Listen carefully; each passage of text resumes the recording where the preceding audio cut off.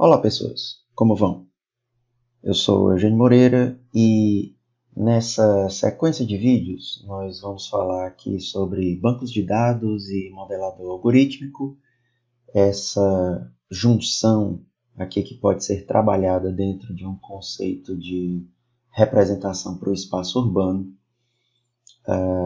como uma espécie de curso básico, curso introdutório para esse assunto. Então, vamos trabalhar aqui alguma pequena base teórica, algumas apresentações ferramentais e alguns exercícios. Antes de mais nada, queria propor aqui uma certa retomada de conceitos.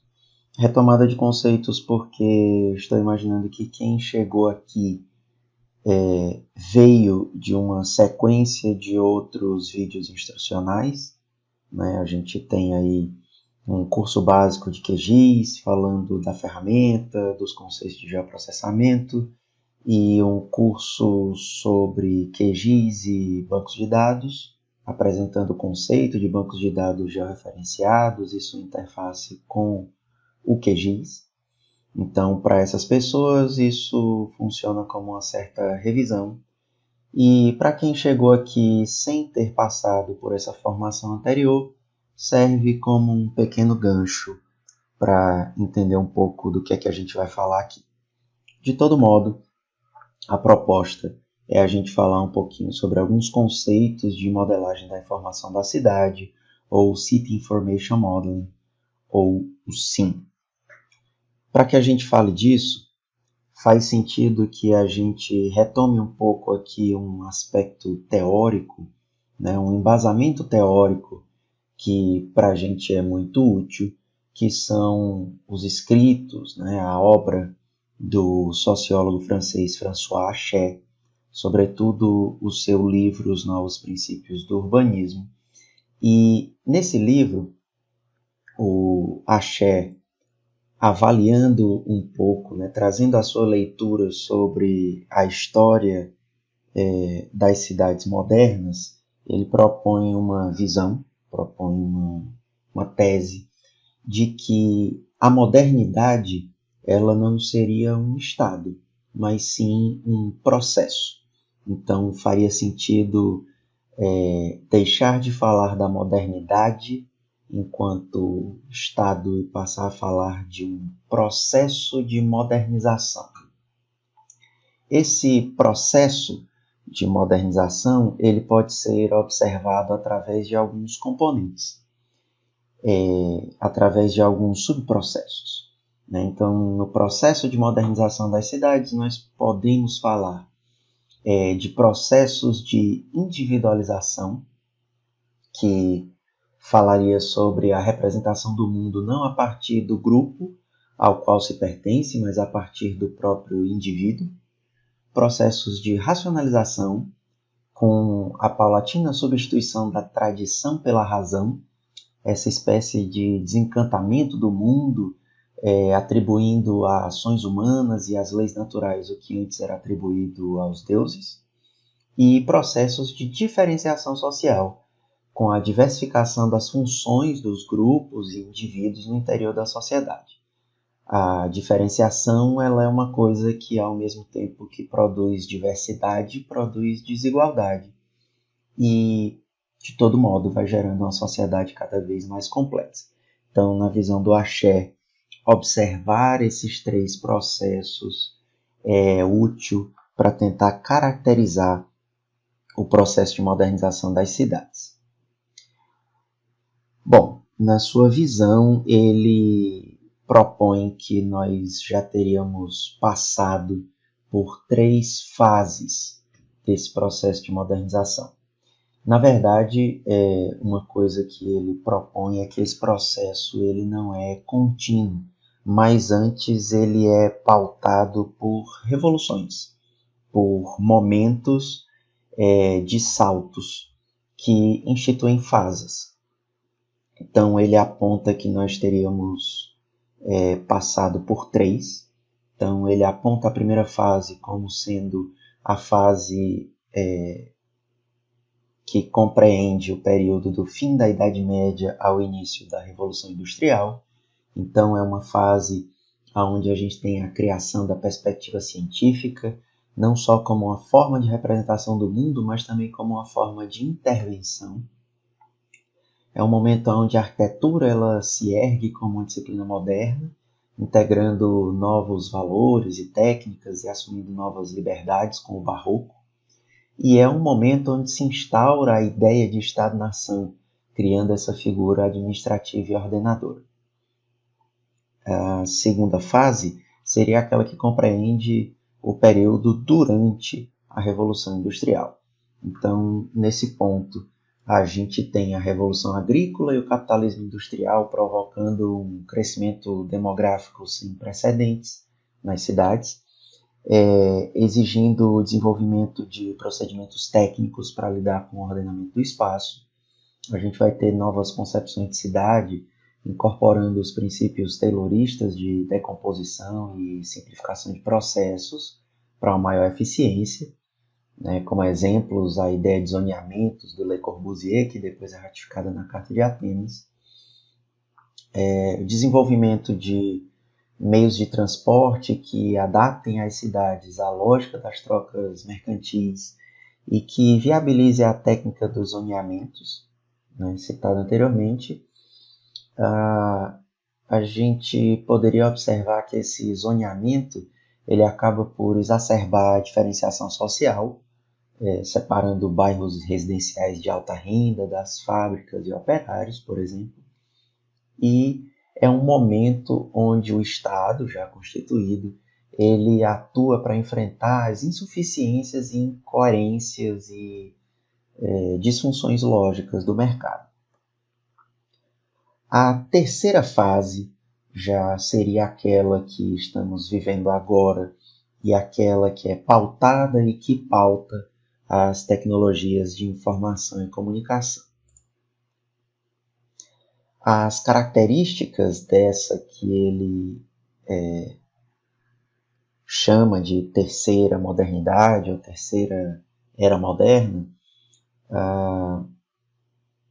seriam uma sociedade mais racional, mais individualista e mais diferenciada, né? Nesse ponto, o Axé relata que a modernidade ela sai abalada do século XX, né? E as sociedades tendem ou tentam, né, se libertar de um racionalismo que foi se tornando muito simplista, dessa ideia messiânica que envolvia o conceito de progresso, né? E nesse ponto, são sociedades que enfrentam a todo instante situações novas e pautam as suas ações em processos reflexivos, onde a ideia de feedback ela é central, onde a gente observa, por exemplo, a criação de mega bases de dados que são usadas para oferecer produtos e serviços personalizados, com papel decisivo das TIC. Observa-se também uma maior autonomia ante os limites espaciais e temporais, né? A gente tem uma escolha individual dos momentos de comunicação e troca. Todo mundo tem aquele amigo que demora uma semana para responder a sua mensagem no WhatsApp. Então, ele tem total autonomia para resolver seus momentos de comunicação, né? E é engraçado perceber que, nesse momento, né, o Axé escreve esse livro, apesar da referência estar aqui com 2010. 2010 é o ano da publicação da tradução em português. O livro original do Axé é 2001 e o texto original, né, de 2001. E aqui o Axé estava pensando uma coisa bem menos tecnológica, né? Ele estava pensando em secretária eletrônica. Essa ideia de que a troca comunicacional aqui ela não seria mais síncrona, né? Ela poderia ser assíncrona. Hoje, esse assincronismo está aí em vários exemplos na nossa sociedade. Por fim, né, na ideia de uma sociedade mais diferenciada, ele fala da modernização dos costumes, que vai produzir estruturas familiares mais complexas e, consequentemente, uma sociedade mais complexa. Um outro ponto, outra característica que ele observa é essa coisa que ele nomeia como uma sociedade do hipertexto. É uma sociedade onde se observa um multi-pertencimento social, onde os vínculos são cada vez mais numerosos e, consequentemente, mais fracos, né? Onde os vínculos são facilmente recompostos, né? São facilmente quebrados e facilmente recompostos. Uma estrutura social em redes, aonde enquanto em um momento anterior, né, se observava uma total sobreposição de círculos sociais, né, em outros momentos históricos, o seu círculo familiar, o seu círculo profissional, o seu círculo pessoal, social, todas essas coisas meio que se sobrepunham. Hoje esses círculos são quase que disjuntos, né? São quase que conjuntos que não possuem interseção. E nesse sentido, né, a ideia das tecnologias de informação e comunicação são aqui também um fator-chave. Por fim, ele fala dessa saída de um capitalismo industrial e a passagem para um capitalismo cognitivo, né? A saída de um capitalismo baseado na exploração e no beneficiamento de matérias-primas e fontes de energia para um capitalismo baseado numa economia cognitiva, onde os produtos, né, as commodities aqui são os conhecimentos, as informações, os procedimentos. É um momento onde, por exemplo, a performance de uma empresa ela vai depender muito da sua capacidade de conhecer mercados, de mobilizar ciências e técnicas e de inventar respostas. E quando a gente observa, né, nos tempos contemporâneos, as fintechs, né, as redes sociais, os marketplaces, as economias por aplicativo, a gente percebe exemplos disso a todo momento. Bem, e com base nessa leitura sobre a história das cidades, o Axé chega no seu último capítulo, né, no último capítulo do seu livro, que talvez seja um dos mais relevantes aqui para a nossa investigação, que é onde ele traça desafios para o urbanismo e para o planejamento urbano nessa terceira era moderna, nessa terceira modernidade. Passando rapidamente por esses pontos, são 10, né, ele fala sobre elaborar e manejar projetos urbanos e planos urbanísticos em um contexto incerto, onde ele advoga pela substituição de grandes planos de ação por processos que sejam mais heurísticos e incrementais, que permitam a adaptabilidade perante um contexto dinâmico. A ideia de priorizar os objetivos em relação aos meios, com uma defesa aqui pela substituição de um plano composto por zonas uniformes e parâmetros simplistas por modelos de resultado, onde o objetivo deve ser achar meios para qualificar e quantificar as características desejáveis de um lugar, seu ambiente, sua ambiência, sua acessibilidade, seu nível de equipamentos coletivos, seus serviços urbanos. Integrar os novos modelos de resultado, né? E a ideia aqui é desenvolver um ferramental que permita lidar com a complexidade colocada, né? A complexidade de representação do espaço urbano, lidando com múltiplos critérios de performance. Ponto 4 seria adaptar as cidades às diferentes necessidades, e aqui ele está advogando por uma personalização dos serviços urbanos, numa coisa que a gente hoje vê não como um desafio enfrentado pelo planejamento urbano, né, mas algo que foi apropriado por esse capitalismo cognitivo, né, a ideia de uma economia de serviços.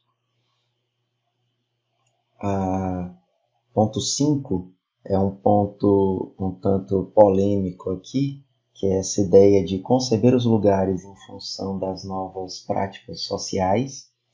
E aqui a ideia que ele levanta é essa possibilidade de uma mistura de intervenções públicas e privadas sob diversas formas de parcerias, concessões e prestações cruzadas de serviço, né, o que se aproxima para a gente, né, para um contexto local, a gente lê essa ideia e associa logo isso à ideia de parcerias público-privadas, que, né, no nosso contexto tem seus problemas, mas aqui a gente pode entender, né, quem é o axé num campo, né, num espectro mais amplo. O axé tem algumas aproximações aqui com a ideia de planejamento estratégico. Não é à toa que na versão em espanhol desse livro o prefácio é escrito pelo Jorge Borja.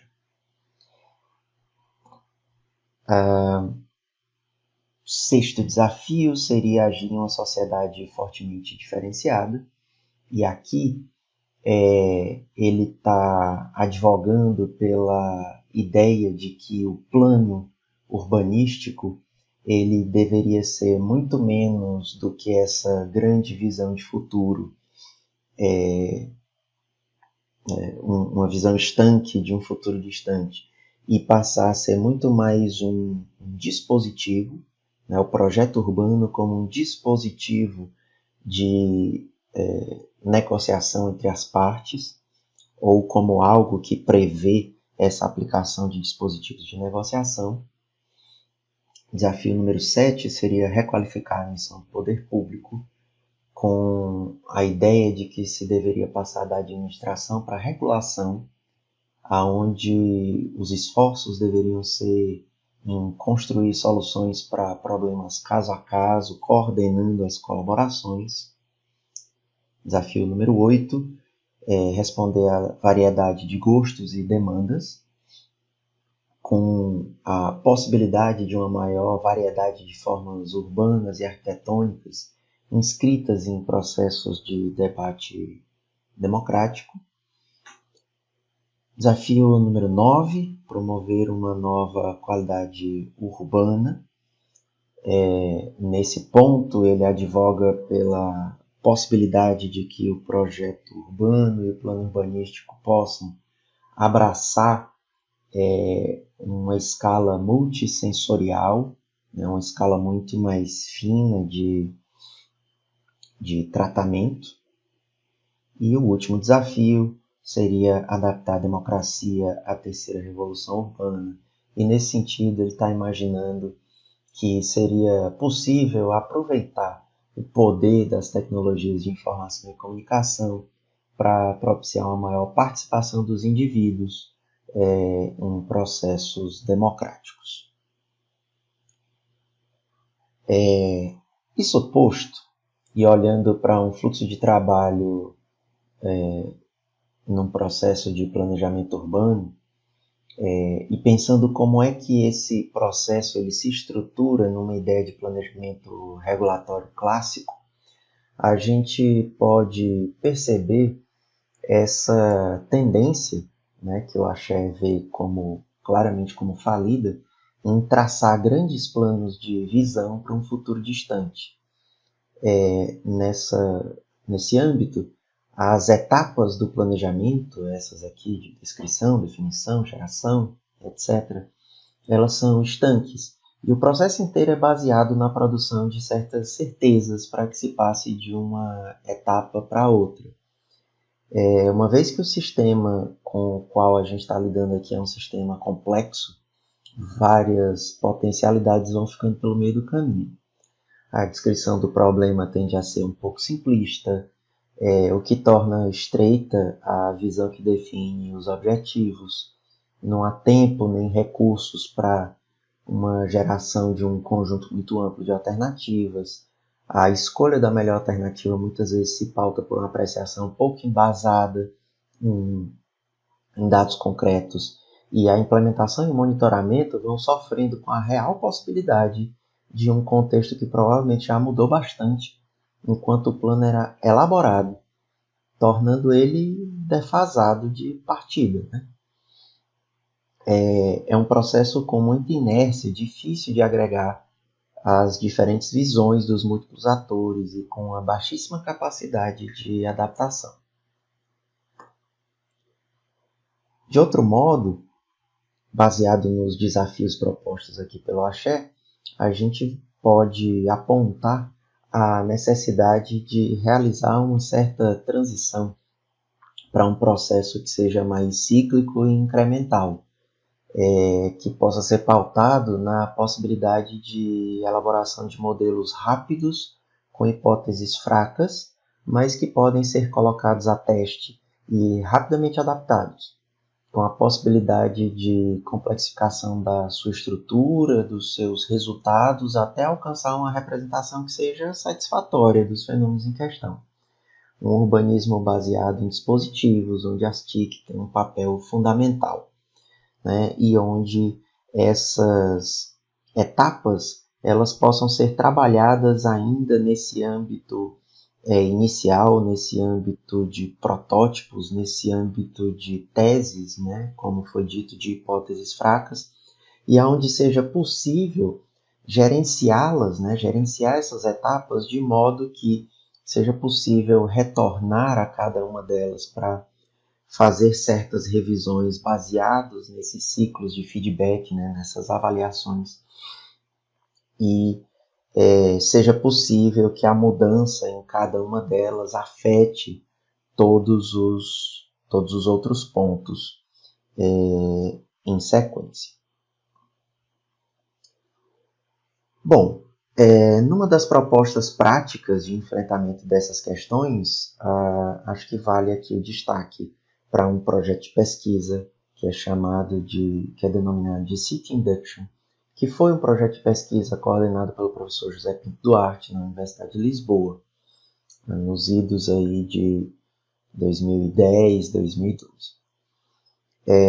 Esse projeto ele propunha uma ontologia para um processo de planejamento, onde os dados coletados sobre um determinado espaço urbano poderiam ser trabalhados em um processo cíclico de formulação de problemas, avaliação e geração de alternativas.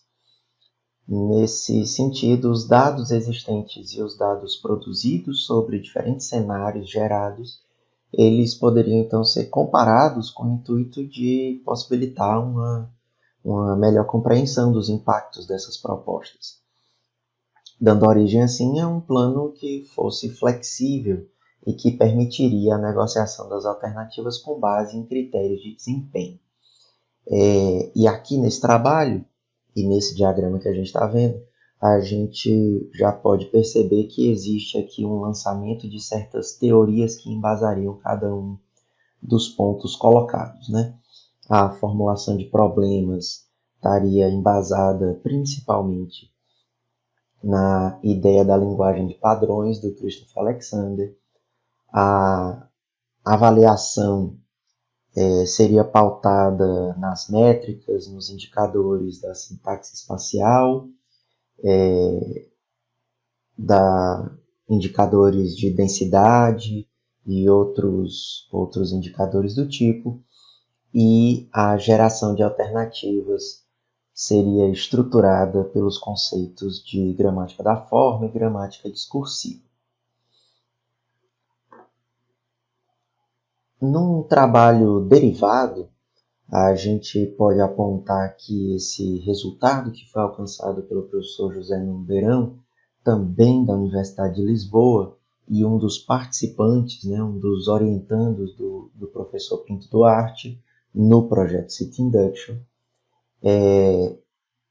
aonde o professor Beirão apresenta aqui uma proposta que já seria de uma estrutura ferramental para o que ele chamou de um modelo de informação da cidade, ou um City Information Model, um CIM, que seria organizado aqui, que seria implementado não a partir de uma aplicação de software específica, mas a partir do aproveitamento, digamos assim, de uma série de plataformas que já eram usadas em algumas tarefas de planejamento, mas pensando aqui em um framework onde essas ferramentas elas pudessem se comunicar entre si.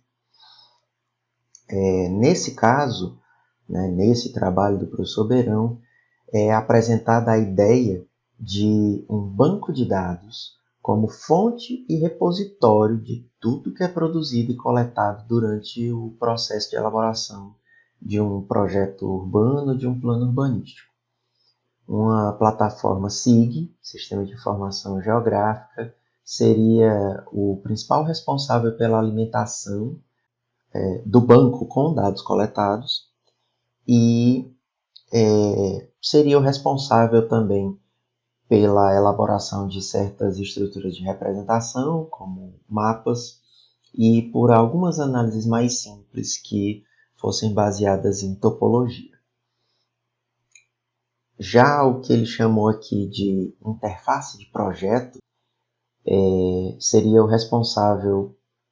o conjunto aqui responsável por ler dados existentes do repositório e, a partir deles, gerar novos dados, sejam esses dados indicadores de performance da situação existente ou de propostas de plano ou projeto, sendo também um ambiente onde ferramentas de geração de alternativas poderiam ser criadas. Um dos pontos principais aqui está na ideia de trazer para esse ambiente de aplicações integradas uma interface visual de programação, isso aqui que está sendo nomeado como IVP, que seria um ambiente onde fosse possível a criação de algoritmos, que são uma ótima maneira de representar processo, mas em uma linguagem que fosse mais próxima daquilo que arquitetos e urbanistas conseguem comumente compreender, usando grafos, né, usando uma representação diagramática. Bom, por fim, baseado nesse trabalho do professor Beirão, aqui no LED, no Laboratório de Experiência Digital, comigo e com o professor Daniel Cardoso, nós desenvolvemos um pouco o diagrama anterior e chegamos nesse que está em tela. Aqui a gente reafirma o papel central que um sistema gerenciador de bancos de dados relacional tem como nó de interoperabilidade nesse ambiente de integração de plataformas, que é uma coisa que já foi, inclusive, abordada nos módulos anteriores dos cursos da plataforma Somar. A nossa opção tem sido pelo uso do PostgreSQL e, através dele, a gente tem uma comunicação em fluxo contínuo de escrita e leitura de sistemas de informação geográfica, né, onde a gente usa particularmente o QGIS, sistemas de análise preditiva, né, que são pacotes estatísticos, e nesse caso a gente tem feito algumas experiências com o SPSS, que é o pacote estatístico da IBM, e o PSPP, que é o seu clone open source, com ambientes de desenvolvimento integrado, né, que são as IDEs, e nesse caso o Python, né, a linguagem Python via Jupyter Notebooks tem sido explorado aqui um pouco, aplicações web, né, onde o Leaflet, que é uma biblioteca JavaScript, torna possível uma conexão direta entre o que está sendo armazenado no banco de dados e aquilo que pode ser exibido em ambiente público, né, de acesso público. E, por fim, um conjunto aqui que a gente renomeou de modelador algorítmico, que é composto por essa interface visual de programação e por um ambiente CAD. Né? No nosso caso, que também é o caso do professor Beirão, a gente tem optado pelo Rhino, pelo Rhinoceros 3D, enquanto modelador CAD, e pelo Grasshopper como interface visual de programação. Uma observação aqui, né, é essa ideia. Se a gente for olhar alguns trabalhos anteriores do professor Beirão, do professor Pinto Duarte e do grupo de trabalho ali da Universidade de Lisboa, para a gente entender como é que isso daqui entra em cena, a ideia aqui sempre foi que um SIG, né, um GIS, ele carece de algumas funções que são necessárias dentro da criação de coisas novas, né, dentro de um processo de planejamento, de um processo de projeto. Ele é muito útil, serve muito bem para representar coisas existentes, mas não tem muitas ferramentas que permitam o desenho, permitam a proposição. Então a ideia sempre foi que a integração de um software CAD aqui, de um software que permitisse o desenho e a modelagem, seria útil para propor, seria útil dentro dessa ideia de propor soluções. Inclusive, durante um tempo, a experiência foi com o AutoCAD Map, né, que tem funções lá de geoprocessamento, e com o uso de scripts textuais dentro dessa plataforma do AutoCAD para criação de rotinas de produção de subdivisão de lotes ou subdivisão de quadras, de glebas, traçado de vias, cálculo de indicadores, etc.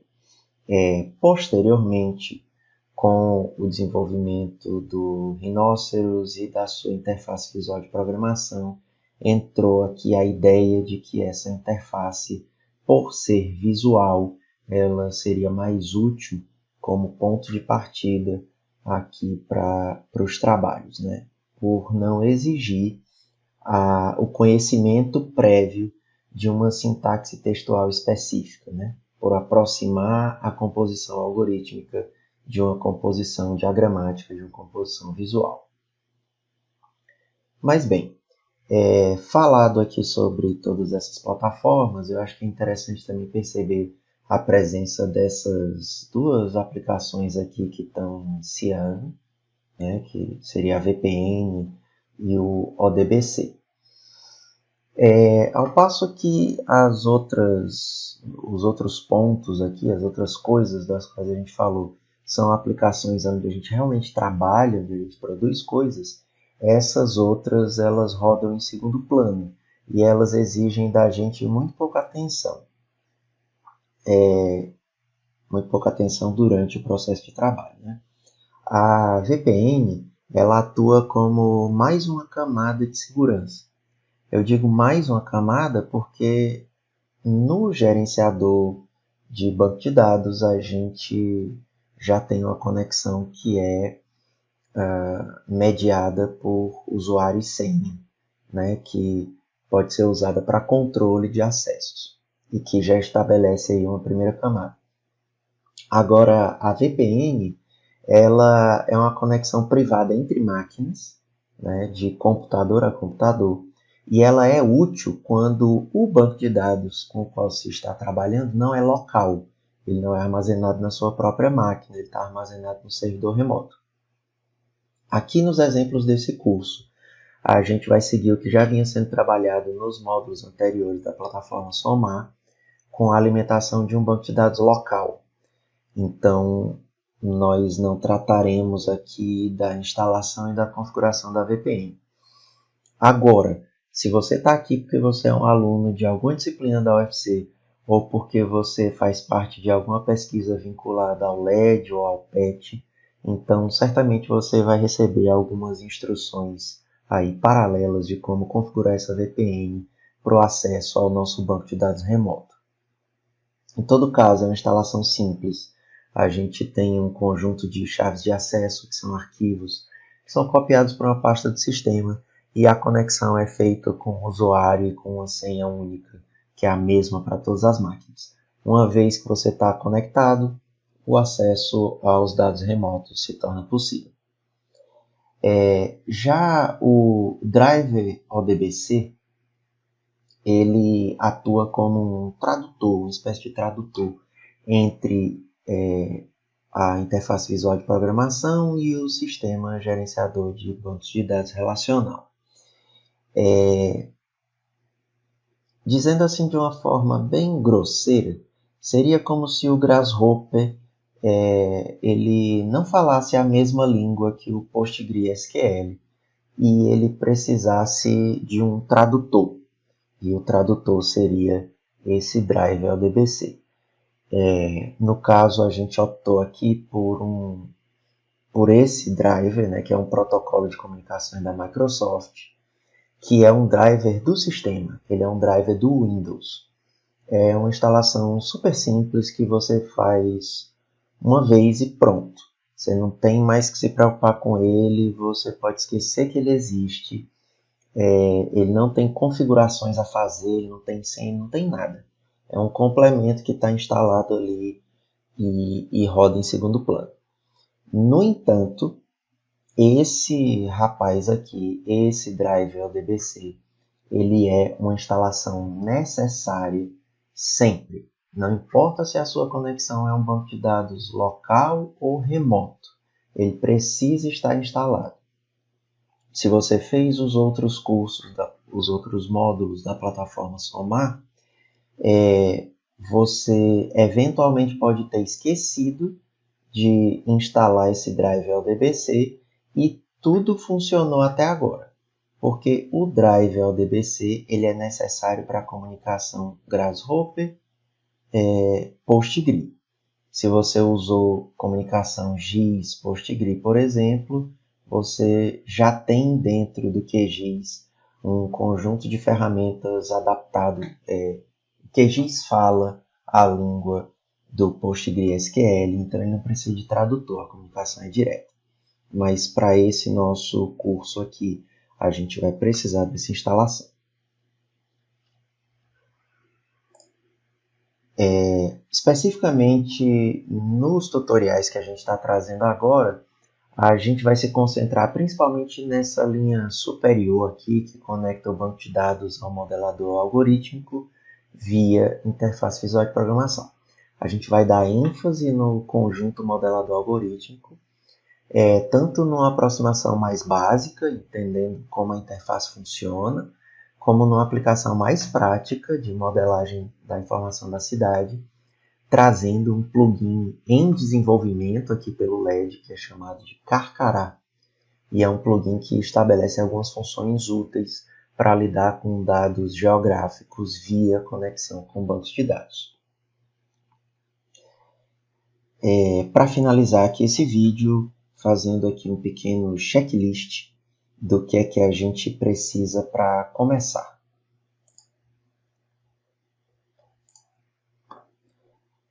Bom, a nossa lista completa aqui de trabalho seria essa. Vamos precisar ter instalado na máquina de trabalho o QGIS. E se você perdeu, não sabe como é que instala o QGIS, você pode voltar no vídeo 1 do curso QGIS básico da plataforma Somar. Lá tem uma explicação direitinho. Nós vamos precisar do PostgreSQL. E se você também não viu essa instalação, pode voltar no vídeo 2 do curso QGIS mais banco de dados, ou da plataforma Somar também. Aqui nesse curso, nós vamos mostrar a instalação do drive LDBC, embora ela tenha sido tocada também nesse vídeo 2 do PostgreSQL, mas vamos fazer esse passo a passo aqui de instalação, é muito simples. Vamos fazer um passo a passo de instalação do Rhino, do Rhinoceros 3D, que já tem incluso o Grasshopper, e vamos aproveitar essa instalação para mostrar como se instala o Carcará, esse plugin aqui desenvolvido pelo LED, e como se instala o Telepath, que é um plugin feito pela comunidade do Grasshopper, que traz uma funçãozinha muito básica, mas que para a gente vai ser super útil. E assim é possível mostrar como são as duas possíveis instalações de complementos dentro do Grasshopper, e assim vocês vão ficar mais autônomos aí para instalar outros plugins posteriormente. Lembrando que, caso você seja uma pessoa que está trabalhando com um banco de dados remoto, também seria necessária a instalação do OpenVPN, que é o software que podemos usar para criar esse tunelamento aí, essa conexão privada entre máquinas para acessar o servidor remoto. No nosso caso aqui, a gente não vai passar por essa instalação, porque o nosso curso é aberto.